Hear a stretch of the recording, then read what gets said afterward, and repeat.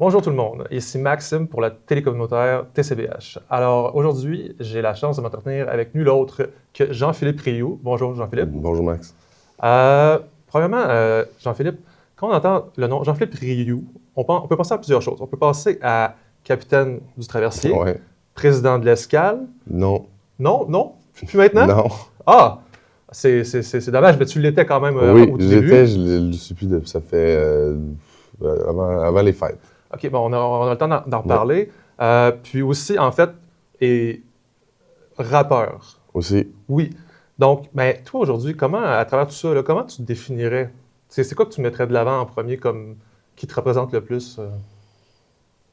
Et, ben, je veux dire, la musique et la mer, pour moi, c'est vraiment les deux bases fondamentales, si on veut, là, dans ma vie.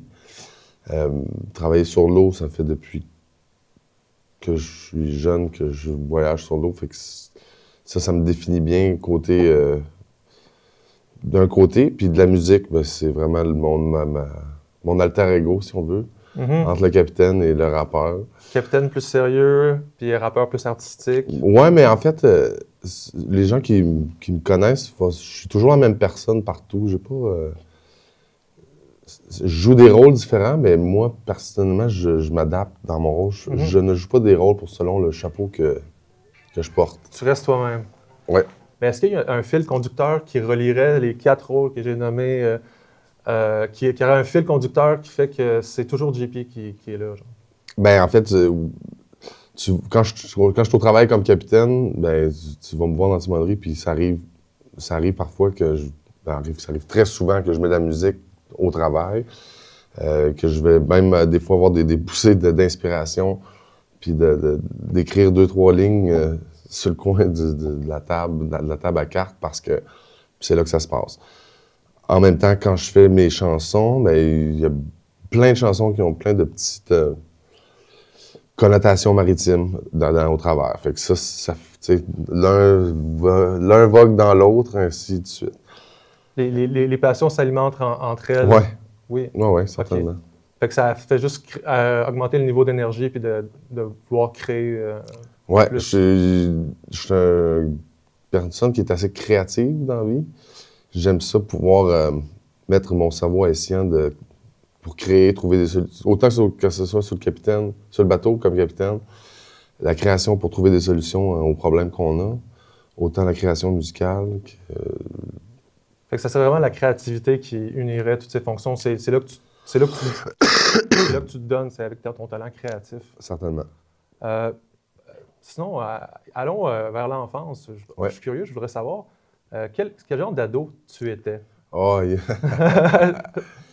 Parce qu'on parle de rap, donc... j'étais un petit bum, hein, bien évidemment. Sauf que c'était facile. L'école, pour moi, c'était facile. Fait que j'avais pas besoin d'étudier, j'avais pas besoin de forcer, j'avais des très bonnes notes. Ce qui a fait en sorte que Tu t'ennuyais? Je m'ennuyais, puis je faisais faire peut-être le clown de classe, mais j'ai toujours eu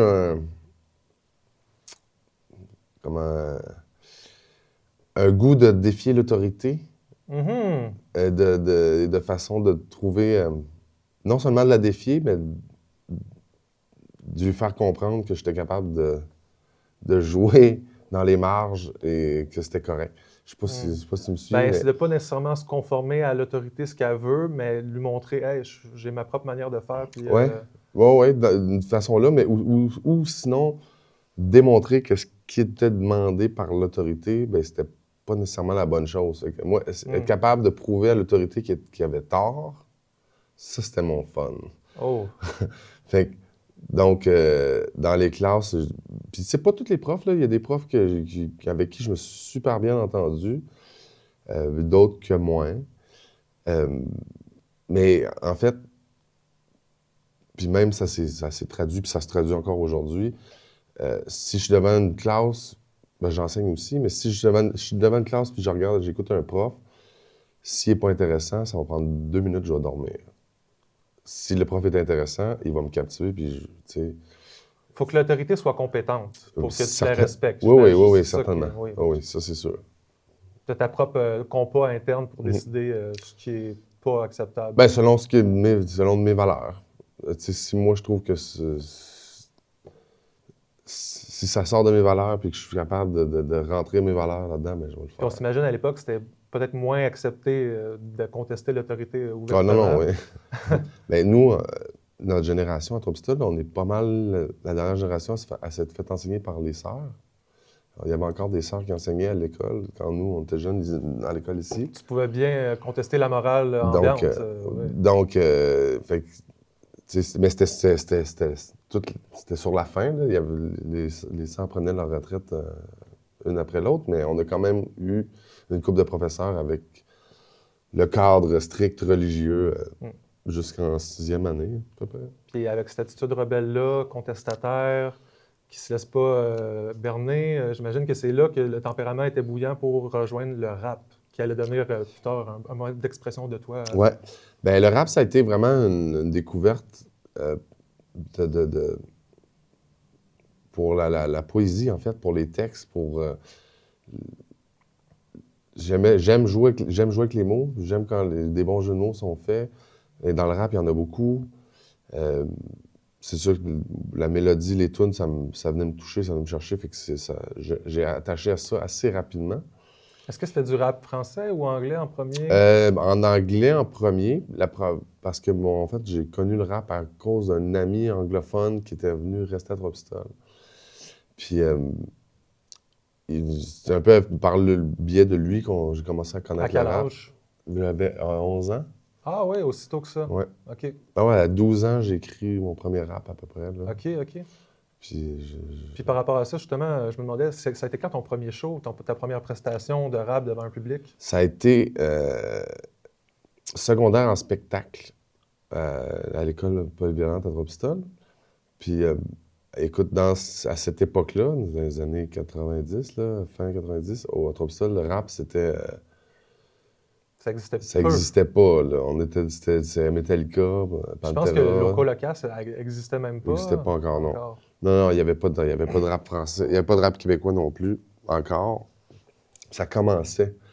Et puis, j'avais fait une chanson pour... je me demande si c'est pas pour un de mes amis qui s'était suicidé que j'avais fait une chanson pour lui. Ou sinon, c'était juste une autre chanson, un concours de secondaire en spectacle. Mais une chanson touchante ou... Ouais, ben je veux dire, c'était mes premières chansons, c'était pas les meilleures, là. Mais c'est correct, il faut que... Faut commencer quelque part. Faut commencer quelque part. Mais ce que je me souviens de ce spectacle-là, c'est que quand j'ai terminé, la salle huait parce que c'était tous des métalleux. OK, ouais. Puis quand je suis sorti de là en faisant huer, j'aurais pu sortir de là en braillant puis dire quelle honte. Mais je suis sorti de là en me disant ouais, checkez-moi va revenir la prochaine fois. Mm-hmm. Fait que j'ai toujours encore une fois dans l'esprit de contestation pour faire valoir mes valeurs. Tu redoubles d'efforts dans l'adversité. Ouais, certainement. Certainement. Tu veux avoir le dernier mot. Tu sais que ça peut être bon du rap, fait que tu es revenu avec d'autres morceaux plus tard. Puis tu as réussi à conquérir le public plutôt jeune, genre avant la vingtaine, tu avais déjà comme une bonne solidité. Ben quand j'ai 20 ans, 21, c'est là que je suis rentré en studio pour la première fois pour enregistrer des tunes. J'étais à Toronto. Puis après ça, j'ai commencé à enregistrer des tunes. J'ai commencé à faire des shows plus fréquemment à Trois-Pistoles, à la Forge. Les premières parties, toutes les bandes de rap qui sont venues à Trois-Pistoles, j'étais quasiment tout le temps moi la première partie. Tu sais, j'ai fait Kodiak, Valère, Radio, Loco Locas. Quand ils sont venus dans la région? Mm-hmm. OK. Mm-hmm. Quand même. Des grosses pointures, là. Ouais, puis là, le 12 mars, je fais la première partie de Manu Militari à Rimouski. Wow. À Saltellus. Est-ce que tu as déjà parlé à Manu Militari? Non. Non, mais c'est un de mes rappeurs préférés. Fait que ça va être un honneur pour moi d'ouvrir pour lui. Ben, c'est le fun qu'on te donne en référence à Manu aussi, puis que Manu voit ton dossier, puis il t'approuve, parce que c'est quand même un grand nom. Mais sinon, j'ai fait des recherches et j'ai découvert que ton père, Jean-Pierre Rioux, a été maire de la ville pendant 15 ans. 20. 20? OK. Bon, au moins 20. C'est sur Wikipédia que j'avais vu, alors tu as sûrement plus raison que moi. Là, il a été de 2000, il me semble que c'est 2002 à 2021. Fait que 19-20 ans. Là. Une grande longévité, même en termes municipaux. Oui. Donc, je me demandais, ça a été comment avoir ton père politicien, maire de la ville, puis de grandir dans une ville où est-ce que tout le monde se parle, puis tout le monde peut t'associer à ton père facilement. Donc, ça a été comment gérer ça? Ben, en fait, ça a eu des avantages et des inconvénients, si on veut. Mon père était comme reconnu puis respecté. Fait que, c'est déjà arrivé que dans mes années d'adolescence, de bombe. Excuse-moi, c'est à quel âge que toi, tu avais quand ton père est devenu maire la première fois? Et j'avais 2010. 18, 19, 20. Okay, 18. Dans ce coin-là. Mais c'est parce qu'avant ça, il était conseiller municipal aussi pendant... OK. En fait, pratiquement toute ta vie, tu l'as vu être un politicien, non? Oui. OK. Puis c'était sûrement le genre à être 24 heures sur 24 disponible pour parler avec le monde. Oui. Le monde débarquait chez nous à la maison, n'importe quand, pour venir jaser de n'importe quoi. Puis ça t'a voir ton père comme ça toute ta vie, ça t'a appris quoi très tôt sur le pouvoir? Qu'est-ce que tu as pu, dans la gestion du pouvoir, qu'est-ce qui t'a frappé puis qu'est-ce qui t'a appris pour le futur aujourd'hui? Ben, en fait, une chose que j'ai appris, c'est probablement l'aisance de parler en public, d'être capable de livrer des messages sans être stressé, sans m'écrire une note. Ça, c'est juste en regardant ton père, ça t'a inspiré? Ben, c'est un grand orateur. Jean-Pierre, il parle très bien. Fait que si t'es veux pas, j'étais avec lui puis je l'écoute parler. Fait que mes capacités d'orateur sont développées avec la pomme tombe jamais bien loin de l'arbre. Ouais. Mais sinon, par rapport au pouvoir, c'est que mon père il est politisé, puis il m'a toujours dit que la politique municipale, c'est la plus importante parce que c'est elle qui aime. C'est le palier de politique où tu as le plus d'accès pour voir des changements réels dans ta vie. Puis, tu peux chialer contre les politiciens, mais si tu n'offres pas de solution, ben ça sert. T'es pas mieux. Donc, si tu veux changer les choses, ben implique-toi. Fait que tu vas pas changer les choses en étant un bystander, en regardant passer la locomotive. Tu vas être dedans, puis tu vas faire avancer. Plus jeune, étais sûrement amené à porter tes critiques plus loin, à approfondir ta réflexion pour justement proposer quelque chose et non pas juste à émettre de la contestation. Je suppose. Mais parce que tu es passé de quelqu'un de très contestataire et rebelle à quelqu'un qui s'engage plus à long terme dans les dossiers, j'ai l'impression. Oui, mais j'ai encore des... Je veux dire, quand le bateau a annoncé, menacé de fermer, j'ai contesté les décisions du gouvernement assez haut et fort, assez pour me le faire dire qu'il fallait que je me calme parce que ça aidait pas aux négociations entre le gouvernement et la traverse. Il trouvait que j'étais un peu trop bruyant. Ouais. Mais donc, je vais me battre dans des conditions où ça n'a pas de bon sens. J'ai encore cet esprit de contestation, de guerrier pour les choses. De héros d'une cause. Ben, dans le sens que celui qui porte la cause et qui la donne à réussir.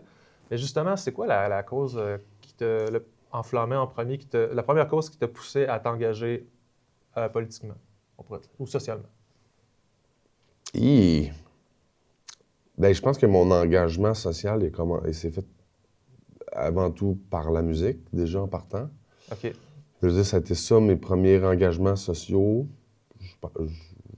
C'est par là que l'implication passait. Puis après ça, je veux dire, il y avait l'éco-fête dans le temps, j'étais impliqué dans l'éco-fête. J'étais impliqué même dans la construction du skatepark, pas le skatepark neuf, là, mais le vieux skatepark, le premier qu'il y a eu. OK. Ben, ça, on était, moi, ma soeur, un de mes amis, on a monté un conseil d'administration, puis on avait un rêve d'avoir un skatepark, puis on s'est rendu jusqu'au bout de nos rêves. Un peu dans le style action directe. À cette époque-là, tu ne voulais pas nécessairement rentrer dans le cadre établi, mais tu voulais quand même que ça avance. Oui, en fait, puis ça, c'est une force, je pense, des gens qui vivent à Trois-Pistoles, c'est que si les gens ne trouvent pas ce qu'ils cherchent, ils vont le créer. J'ai déjà entendu ça. Oui, il y a Robert de la Buvette qui m'avait déjà dit ça. Oui, les gens ici, mettons, OK, j'arrive peu importe, j'arrive de la ville, puis là, moi, il n'y a pas de cours de judo. Mais moi, je fais du judo. Bien, cette personne-là, elle va probablement, si elle veut continuer à faire du judo, bien, elle va s'entraîner puis devenir pour peut-être être capable de donner des cours de judo pour en offrir à la population. Si tu arrives, tu sais, comme au début, avant, il n'y avait pas d'atelier de danse. Sarah est arrivée, elle a commencé à faire de la danse. Donc, tout le monde arrive ici avec une idée en tête, puis il va la concrétiser. Je pense que c'est une force des Pistolois de pouvoir penser un peu out of the box, puis de répondre à nos propres besoins par nous-mêmes, en fait. Puis aussi, on sent qu'il y a de la place pour justement faire émerger des projets diversifiés dans la ville aussi. Comme là, il y a le potentiel de lancer quelque chose, puis les gens répondent à l'appel. Mais sinon, moi, je dirais dans une autre direction, c'est pour ton poste de capitaine de bateau. Oui. Je me demandais, c'est quoi qui t'a attiré dans le transport maritime? C'est quoi qui t'a fait prendre la décision de t'engager dans cette voie-là? Bien, en fait, mon père était gardien de l'eau basque aussi pendant 32 ans. Fait que moi, à partir de l'âge de 8 ans, je passais tous mes étés sur l'eau, en bateau, aller-retour à l'eau basque entre Trois-Pistoles puis l'île. Fait que ça a été la piqûre de la mer. Ensuite, quand j'ai fini le secondaire, ça m'intéressait, mais parce que quand j'étais au secondaire, tout ce que je voulais, c'était faire du rap. Je voulais ma passion. Tu étais lancé pour devenir un rappeur professionnel. Oui, c'est ça. C'était ça mon but dans la vie. Puis, j'avais 16 ans quand j'ai fini le secondaire. Puis, fait que mon père, il comme dit, non, trouve-toi quelque chose à faire à l'école. Jusqu'à temps que tu aies 18 ans, tu vas aller à l'école. Fait que quand je suis fini le secondaire, je voulais pas aller en navigation parce que le but, c'était de finir l'école le plus vite possible pour aller devenir un rappeur. Mais éventuellement, les années se sont passées, puis ma femme est tombée enceinte, puis là, j'ai eu un premier enfant. Puis là, j'ai fait « OK ». Le devoir familial t'a appelé. Là, il va falloir trouver une solution pour se sortir de la misère, parce que j'étais jeune. Un jeune rappeur qui n'avait pas encore percé. Un jeune rappeur qui n'a pas encore percé. Puis 2 enfants, je pense que tu as eu? Oui. D'un coup, là? Non, j'en ai eu un. Mon premier, il va avoir 21, puis ma deuxième, elle va avoir 7. Là. On a un bon écart entre les deux. Mais c'est ça, j'ai eu mon premier à 21 ans. Fait que là, ça a été, il a fallu que je me case, si on veut, là, que je me prenne en main un peu plus. Puis, c'était très simple. Là. Après ça, je savais que c'était là que je voulais aller. Fait que j'étais allé à l'Institut faire mon cours. Tu allais te retrouver à la mer comme tu étais souvent.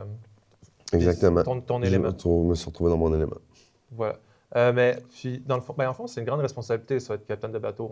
On peut peut-être pas se l'imaginer, mais t'es en charge t'es responsable des vies qui sont sur le pont. Et donc, et en plus, tu gères la compagnie comme coordonnateur aussi. Donc, je me demandais, c'est quoi que ça t'a appris au niveau du leadership, de devoir gérer toutes ces choses-là? Comment ça t'a fait grandir dans ta manière de gérer les projets? En fait, moi, j'ai un style de leadership un peu collectif, si on veut. C'est que je vais amener les gens, je vais impliquer les gens dans le processus de prise de décision, si on veut. C'est sûr qu'il y a des décisions qu'on va prendre puis qu'on va trancher à quelque part, mais pour moi, c'est important que les gens comprennent le pourquoi du comment. Si on fait des changements, je vais pas juste faire des changements puis leur dire « OK, à partir d'aujourd'hui, c'est comme ça ».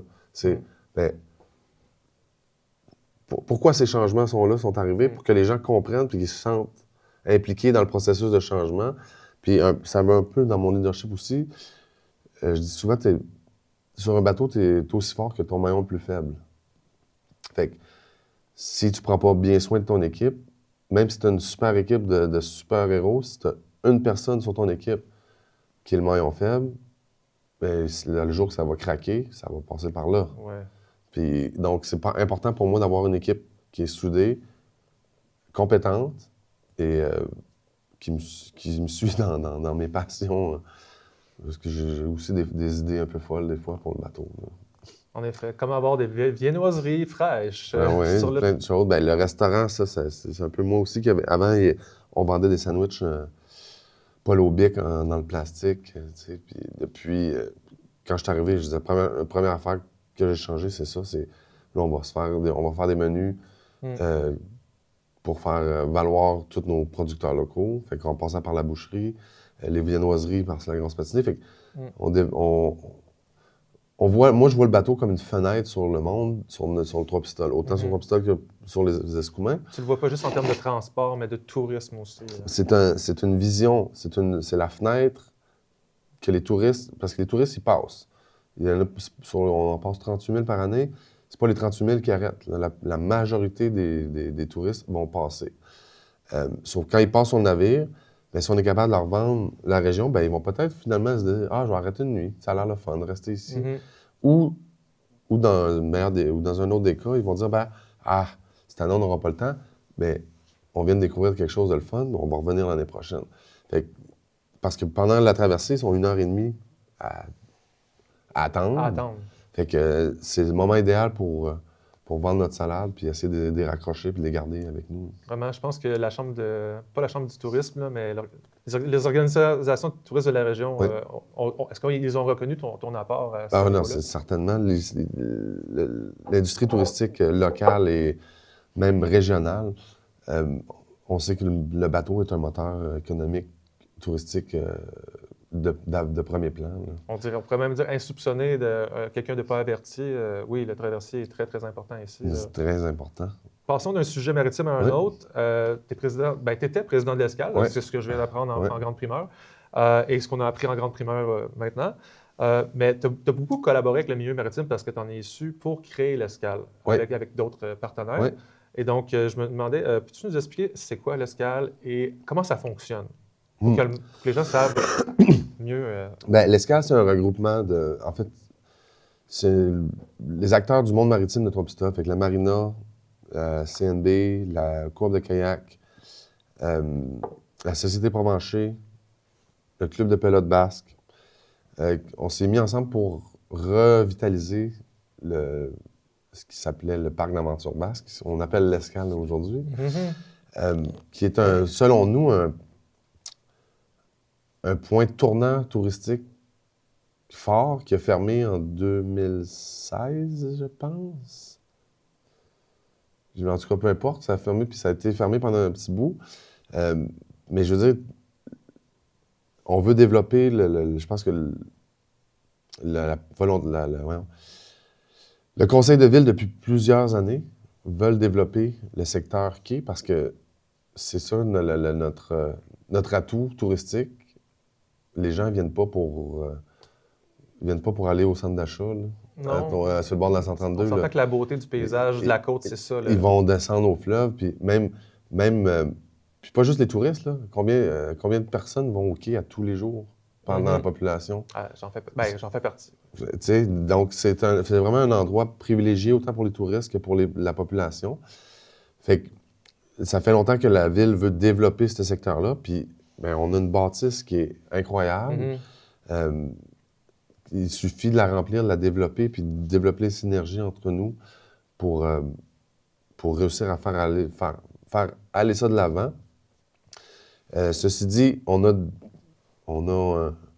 des rêves, des projets, puis on est en train de s'asseoir pour les concrétiser. Dans les dernières années, ça s'est traduit par plus des événements, par-ci, par-là, pour faire vivre la place. Mais notre but cette année, c'est vraiment d'ouvrir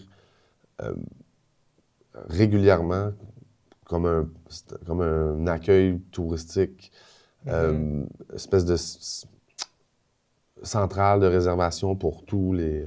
Comme si vous voulez profiter de Trois-Pistoles au bord de la mer, c'est à l'Escale qu'on va. Ça serait ça un peu c'est que l'Escale, on veut développer les activités à faire. Quelqu'un vient à Trois-Pistoles,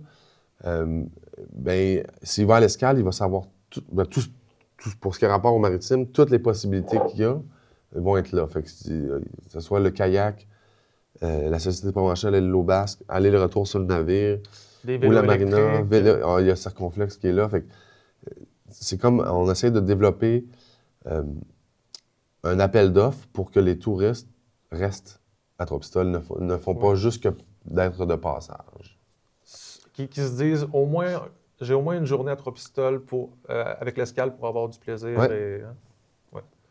Ben justement, là, on en parle un peu, mais fait que tu penses que dans le fond, l'escale pourrait devenir un pôle événementiel touristique majeur de la région?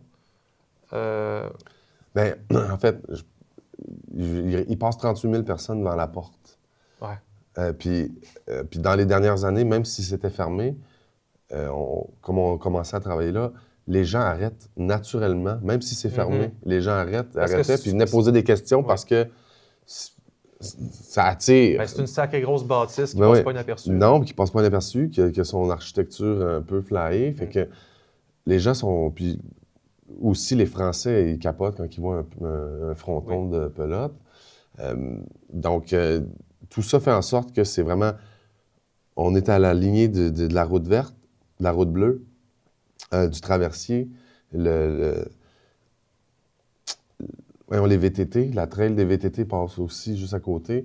Donc, il y a quelque chose vraiment synergique dans toutes les activités plein air, maritimes, qui peuvent se développer à cet endroit. Allons justement au-dessus de l'escale dans ton rôle plus politique, parce que maintenant, tu as été élu, je pense, dans le district 1, je me souviens bien. Et ça, c'est le district qui abrite toute la côte pratiquement de Trois-Pistoles avec le côté maritime.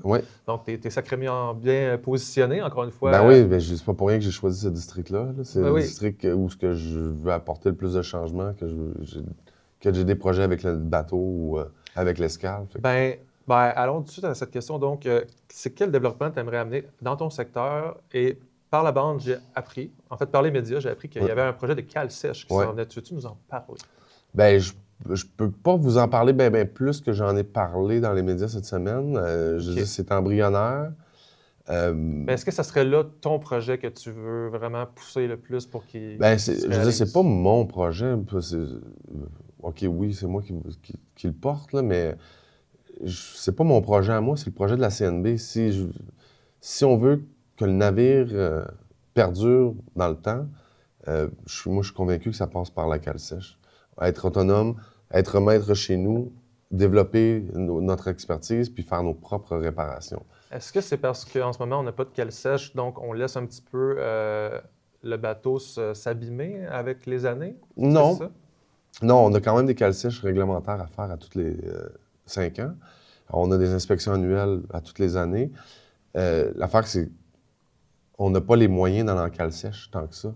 C'est assez cher aller faire ça? Ah ouais, c'est exorbitant. Est-ce que tu peux nous donner un chiffre pour qu'on comprenne? Juste sortir le navire de l'eau, puis il n'y a pas de job de fait. Là. Juste sortir le navire de l'eau, ça doit être rendu à 175 000 C'est énorme quand on considère... Puis c'est rien. Le dernier chantier qu'on a fait, ça a coûté 5 millions. 5 millions? Oui.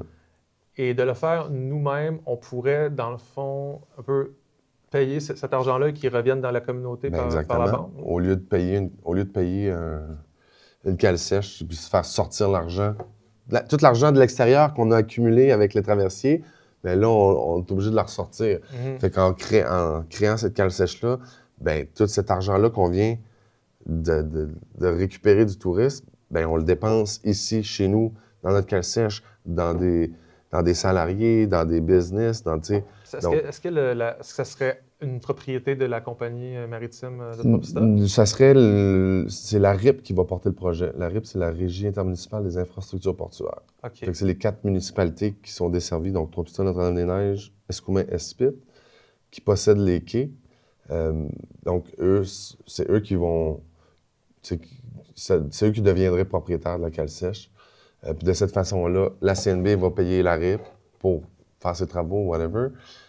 Puis la RIP, en ramassant cet argent-là, ben ça va lui faire de l'argent pour entretenir les quais, puis faire du développement aux côtés de sa cale sèche. Parce que la RIP s'occupe de l'entretien du quai. Des deux quais, des deux côtés. OK.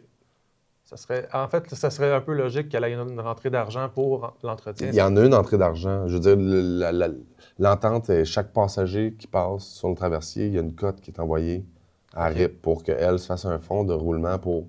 Mais on peut-tu mettre un chiffre sur ce projet-là de CalSèche? C'est dans les millions de dollars? Oui, c'est sûr. Oui, ben, tu sais, là, moi, je suis pas un expert en CalSèche encore. Peut-être ça commence. Dans quelques années, je vais pouvoir te le dire, mais à date, dans les budgets prévisionnels, dépendamment du projet, ça va peut-être tourner autour de 2, on pense peut-être 2 millions, mais là, je veux dire, quand l'ingénieur il va passer là-dessus, il va peut-être me dire hey, t'es dans le champ, c'est 5, ou alors t'es correct, c'est moi. Mais dans le modèle d'affaires qu'on est en train de développer, ça se chiffre autour de 2 millions. OK. Ce qui serait quand même assez rentable à long terme. Ça coûte 5 millions par 5 ans. Mm-hmm. Oui, ça fait du sens. Sinon, là, tu as été élu au conseil de ville. Mm-hmm. Qu'est-ce que tu aimerais amener dans la chimie de l'hôtel de ville? Qu'est-ce que tu aimerais contribuer comme changement, mettons, de mentalité ou changement de ton? Ben, j'ai pas nécessairement le goût de changer les choses au sein du conseil. Premièrement, je suis assis là, ça fait 3-4 mois. Là, tu sais, là j'apprends à m'adapter au fonctionnement du conseil. Là, on commence à se connaître tous un peu l'autre, puis tout le monde est d'avis qu'on est là pour travailler ensemble, pour faire avancer les choses de Trois-Pistoles. Mm-hmm. Donc, j'ai pas Le but, c'est de continuer à donner de mon temps pour faire améliorer ma communauté. Mm-hmm. Mais ça va être, les chemins que ça va prendre vont s'ouvrir au fur et à mesure qu'on va avancer.